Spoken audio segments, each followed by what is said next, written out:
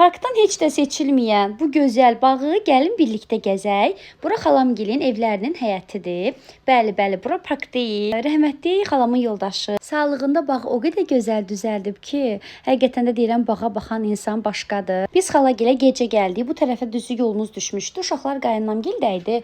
Heç yəni ağlımızda belə yox idi. Sonra qərar verdik ki, elə gedək orada qalaq, səhər gedərik. Nəysə getdik, qaldıq. Səhər tezdən oyandıq ki, xala artıq süfrəni hazırlayıb, bizim üçün yeməyi bişirib. Elə bildik ki, biz orada qalacağıq, amma dedim ki, yox hala biz gedirik. Nəsə hazırlaşdıq, getdik.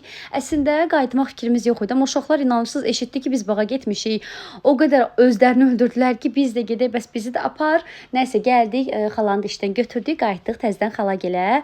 Xalam qızını götürmüşdü, o da uşaqları ilə bərabər gəlmişdi. Çox maraqlı, gözəl bir gün keçirdik. Uşaqlar burada əyləndilər. Biz də deyə-deyə, gülə-gülə qəşəng kababın belə deyim ətini falan keçirdik şişə. İnanın ki, bu bağ o qədər mənə huzur verdi ki, sanki bir anlıq özümü keçmiş uşaqlığımdakı günlərdə hiss etdim. Bizim uşaqlıq vaxtımızdan bu bağça var idi.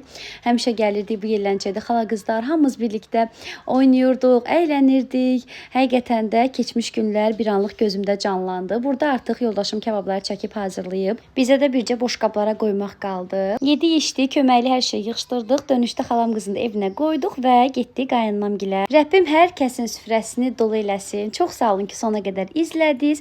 Videonu bəyənib fikirlərinizi yazmağı unutmayın. Növbəti vloqlarda görüşənədək hələlik.